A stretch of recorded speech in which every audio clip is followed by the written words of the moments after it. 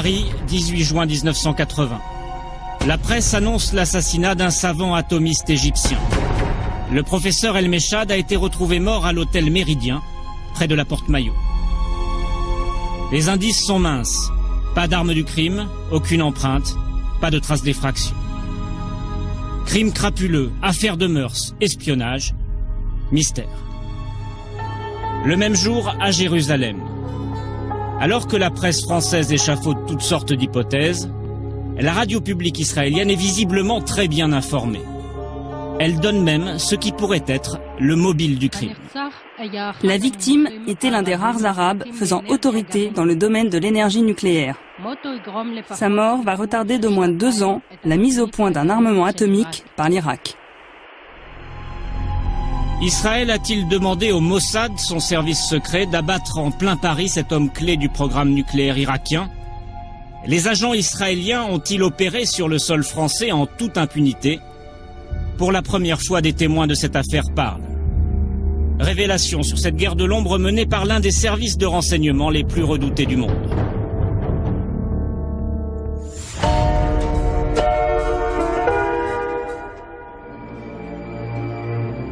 « 6 septembre 1975, Cadarache, dans les Bouches-du-Rhône. Saddam Hussein visite les installations du commissariat à l'énergie atomique. À ses côtés, le Premier ministre, Jacques Chirac. Le leader irakien rêve d'un réacteur nucléaire qui pourrait faire de lui le nouvel homme fort du monde arabe. La France, qui a besoin de pétrole, lui donne satisfaction. De retour à Paris, le chef du gouvernement annonce officiellement que la coopération nucléaire entre la France et l'Irak est lancée.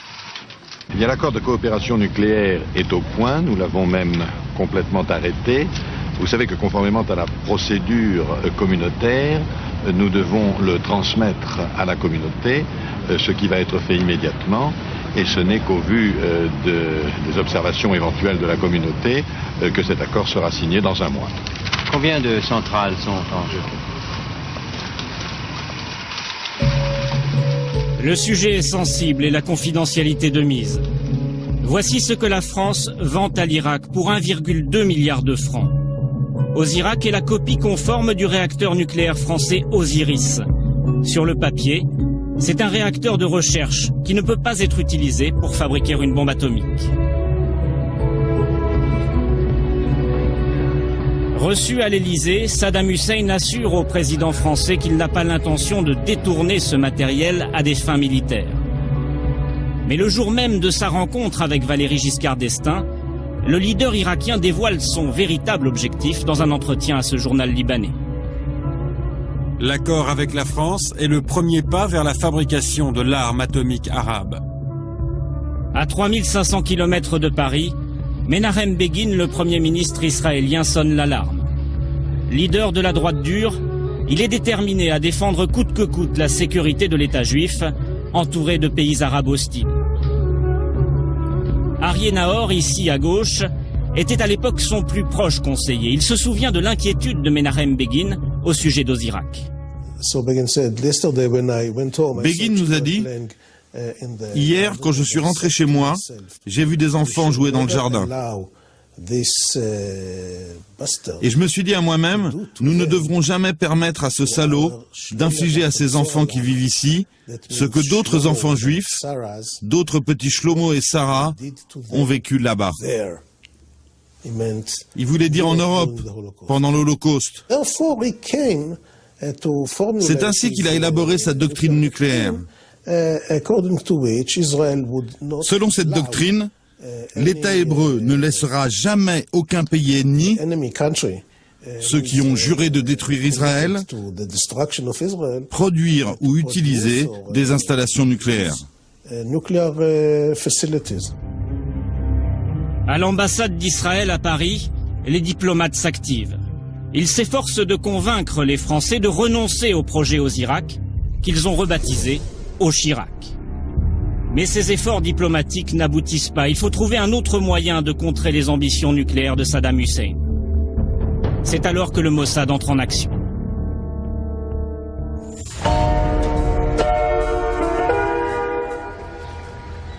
La Seine-sur-Mer, dans le Var.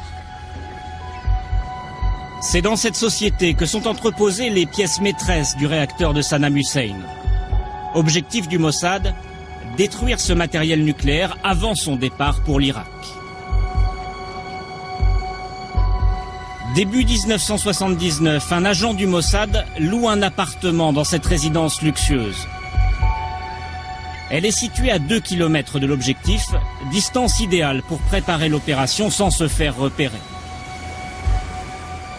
Après plusieurs mois d'observation, le plan est prêt. Le sabotage est prévu dans la nuit du 5 avril, 4 jours seulement avant l'expédition du matériel à Bagdad. Cet homme s'appelle Gad Shimron. À l'époque, c'est un agent opérationnel du Mossad. Il n'a pas participé directement à l'opération de la Seine-sur-Mer, mais il sait comment elle s'est déroulée. Dans la nuit du 5 au 6 avril 1979, l'opération est déclenchée. Pour pénétrer dans l'entreprise, les agents du Mossad doivent détourner l'attention des 3 gardiens qui surveillent le site. Le service secret utilise alors l'une de ses techniques habituelles. Il envoie sur les lieux une jolie femme. Au milieu de la nuit, ils ont monté une véritable scène de cinéma. Une très belle fille blonde manque d'être renversée par une voiture.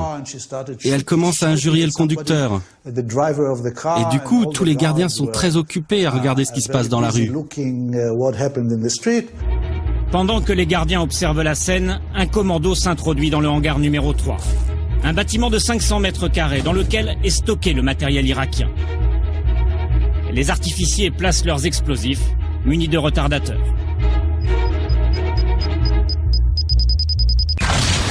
Ce sont 3 charges de plastique qui, en explosant cette nuit dans une des annexes des constructions navales et industrielles de la Méditerranée de la Seine, ont détruit un lot très important d'éléments destinés à l'industrie nucléaire. Il y avait un bloc destiné à recevoir des piles atomiques et 2 réacteurs expérimentaux pour l'Irak. Pour ne pas être accusé, le Mossad doit maintenant brouiller les pistes. À 13h, coup de téléphone au journal Le Monde. Le sabotage est revendiqué par une organisation écologiste dont personne n'a jamais entendu parler. Je pense que d'une certaine manière, ça montre l'esprit créatif du Mossad. Ils ont imaginé cette revendication anonyme d'une organisation écologiste qui dit « Nous avons fait sauter le cœur du réacteur car nous sommes contre le nucléaire ». Et croyez-moi, en 79, c'était très vraisemblable. Au même moment, les écologistes manifestent dans le nord de la France. La crainte du nucléaire est dans l'air du temps. La revendication est crédible. À Bagdad, Saddam Hussein est furieux du sabotage de la Seine-sur-Mer. Il veut que la France reconstruise à neuf les pièces endommagées. Raymond Barre, le nouveau Premier ministre, se rend alors en Irak. Il assure au Raïs que les dégâts sont réparables en quelques mois. Cruelle déconvenue au quartier général du Mossad, dont les chefs pensaient retarder le projet de 2 ans. Il faut passer à l'étape suivante. Après le matériel, les services secrets israéliens vont maintenant viser les hommes.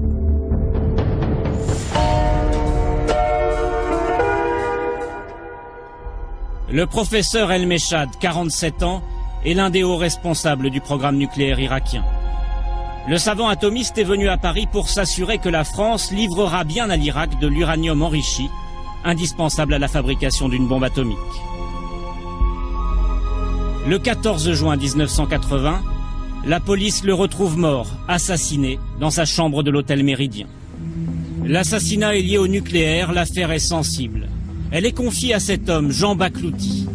Grand spécialiste du contre-espionnage, il est numéro 2 de la direction de la surveillance du territoire. C'est aujourd'hui la première fois qu'il s'exprime sur ce dossier.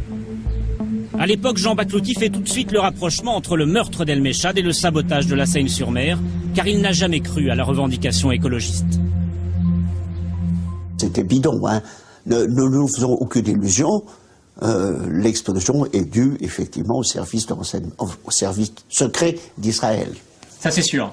Oui, c'est sûr. Ne serait-ce que par les explosifs utilisés d'ailleurs. Ces explosifs utilisés étaient des explosifs d'une certaine nature qu'on ne trouve pas ici. Là, on se rend compte que ça ne peut pas être du travail fait par des amateurs. Donc c'était signé, et c'était signé du Mossad. C'est signé du Mossad.